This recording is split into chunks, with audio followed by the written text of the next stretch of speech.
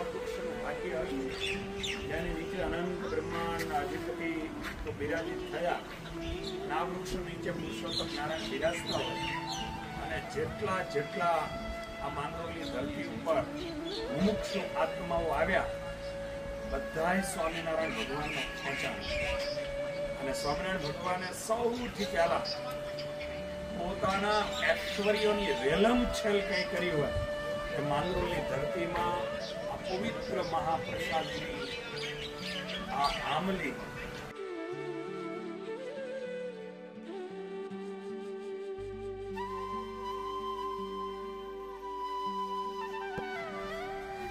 આ માંગરોળ ધામ છે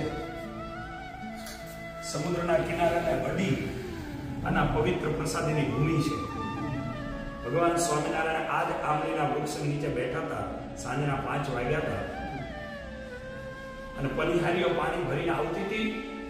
પણ સ્વામિનારાયણ ભગવાને જ્યારે એના મુખની સામે જોયું, એના શરીર પર થકાન જોયો અને ગોરધન શેઠને કીધું, શેઠ કેમ પાણી? પ્રભુ, અહીંયા તો અમે દરિયા કિનારે લોકો રહીએ, કાં પાણી કડવું નીકળે કાં ખારું નીકળે.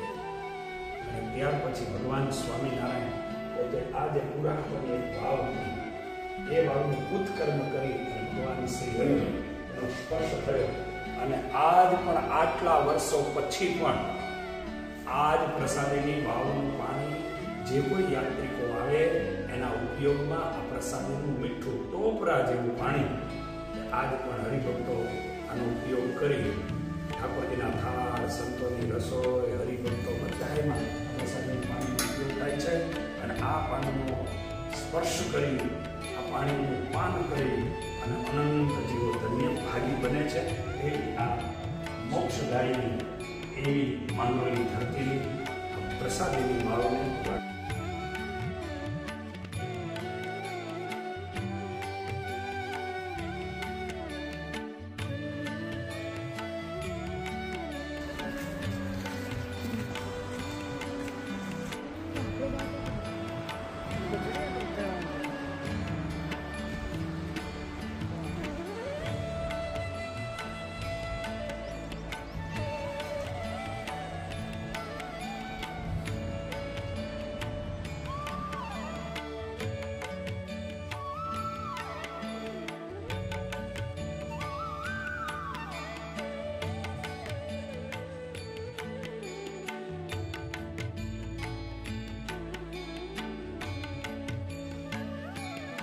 આપણી પાસે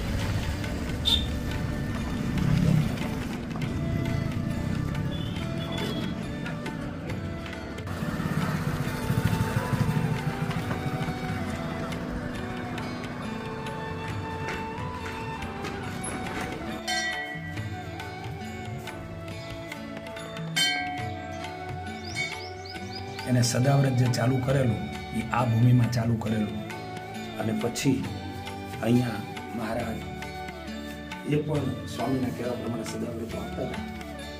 સમય સંજોગ સ્થિતિ પ્રમાણે મહારાજ અહીંથી જે હાલમાં આપણું સ્વામિનારાયણ મંદિર છે, આંબલીનું વૃક્ષ, એ જે જગ્યાએ હતું એ જગ્યાની અંદર એ જઈ અને મહારાજે પછી ત્યાં સદાવ્રત ચાલુ કરાવડાવ્યું. રામાનંદ સ્વામી અને મહારાજ બે આ ભૂમિ પર સદાવ્રતો મુક્તાન સમય આપેલા છે. એવી આ પવિત્ર આ ખાખ નદીની આ ભૂમિ માંગરોળની ધરતી આપેલી